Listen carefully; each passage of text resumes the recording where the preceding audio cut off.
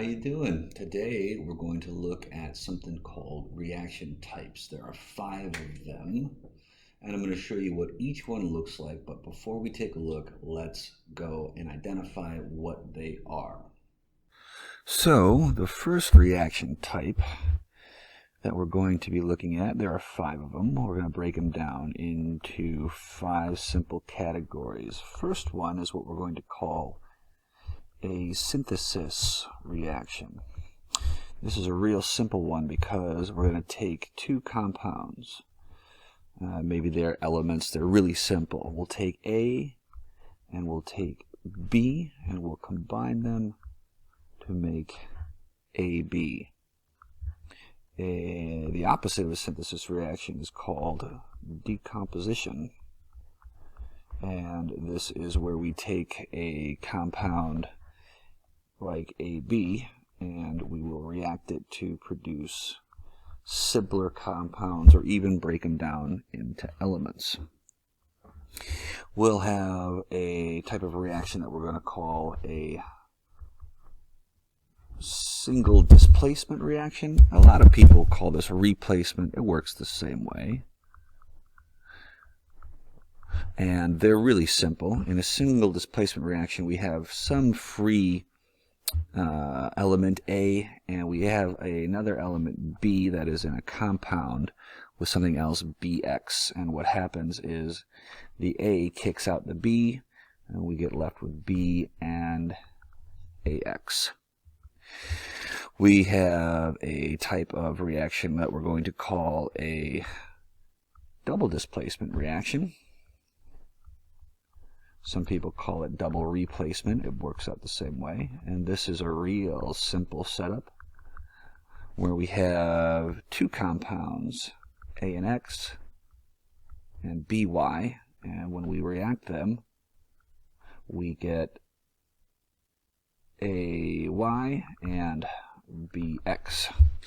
And the last one, and probably your favorite, is what we call a combustion reaction. And we want to be careful because everyone says, oh, combustion, that's where you light stuff on fire. Not necessarily. A combustion reaction is where we take some compound that contains carbon. We react this with diatomic oxygen, and our products are CO2 and water. A combustion reaction has to involve carbon, and its products have to involve carbon dioxide and water. And if it doesn't, it is not a combustion reaction. All right, let's get to it. Let's blow some stuff up. Let's do a single displacement reaction first. This first reaction is going to involve copper 2 sulfate and pure iron. When we combine the copper 2 sulfate with iron, what we're going to notice is that the copper 2 sulfate, which is our compound, gets replaced by the iron. We're going to see that we get a change in color from the copper 2 sulfate, which is blue, to iron sulfate, which is gray. And on top of that, our iron, which is a dark brown, is going to change to pure copper. Check it out, it's pretty neat. Here is our reactants. We've got our copper 2 sulfate, which is a bright blue color. We've got our iron filings, which are a really dark brown, and we're going to mix them in this test tube.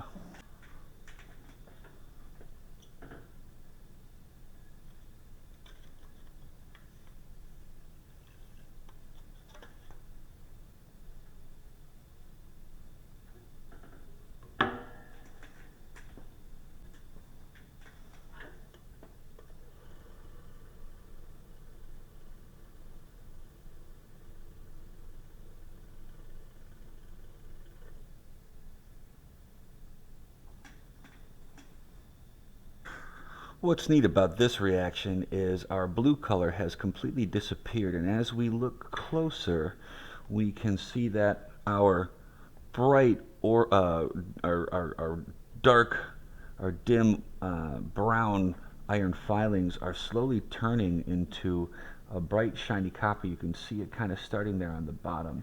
There's some bright shiny bits, meaning our copper 2 sulfate has been completely replaced to iron sulfate our copper 2 sulfate has completely been replaced by the iron 2 iron sulfate, leaving copper on the bottom of our test tube. Pretty neat. We just made it right here. Let's go make some pennies out of it. This is called a single displacement reaction. And what happens is, in a single displacement reaction, we take some compound. How do we write it up here? A plus bx. So we'll say A plus bx.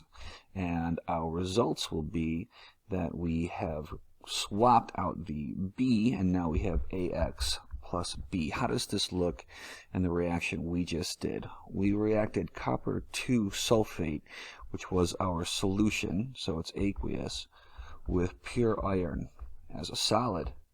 And as we saw in the results, we get bright shiny copper on the bottom, and our iron is now in the solution with our sulfate in aqueous conditions. So pretty cool. Let's do the next one. Let's do a synthesis reaction next. In this next reaction, we're going to combine magnesium metal with oxygen from the air. This one's a neat one. Check it out. Here we have a device called a crucible. You've probably heard of that before, right? And we are heating it with a Bunsen burner, and we're going to drop this piece of magnesium metal into the bottom of this crucible, which you can see is glowing red hot, and we're going to heat this magnesium until it ignites. And don't look directly into the camera because this stuff is bright. There it goes.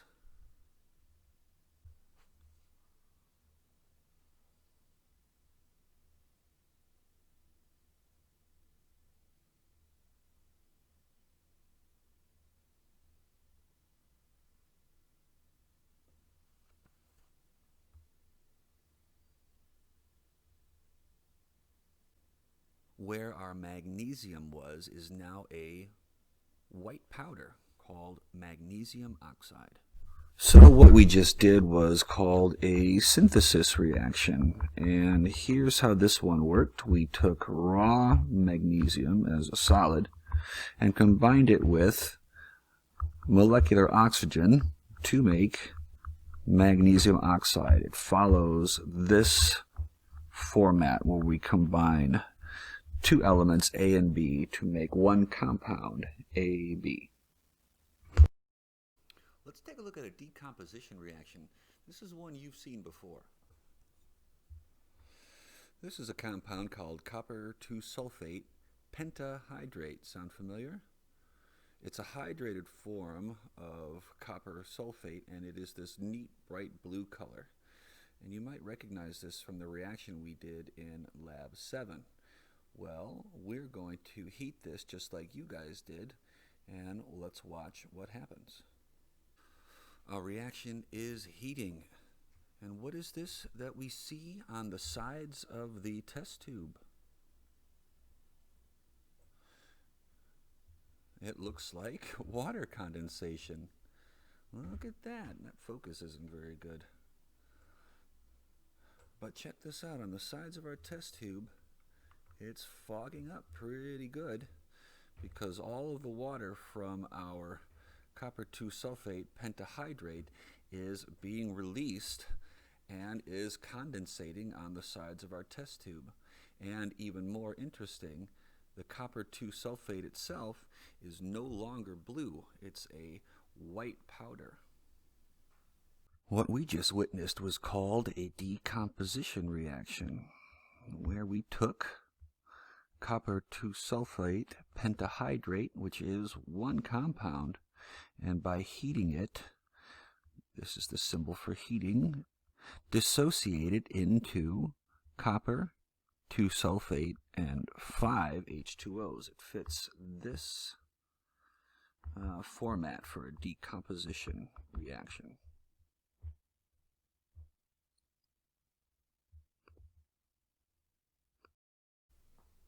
This last one is called a double displacement reaction. This one's my favorite. Here we have two compounds, lead nitrate and potassium iodide. Now watch what happens. They're both perfectly clear solutions, but when we add to lead nitrate, a solution of perfectly clear potassium iodide, we get this bright yellow precipitate. Pretty neat. This one is called a double displacement reaction. And what we did is we reacted potassium iodide with lead nitrate. Our products are potassium nitrate and lead iodide, and this is the bright yellow stuff. We took AX and BY and we made AY and BX, and just to make sure that it's balanced, we'll put a couple of coefficients in there. And if you're wondering what a combustion reaction looks like, you've been watching one with all of the Bunsen burner stuff. All right, see you guys later.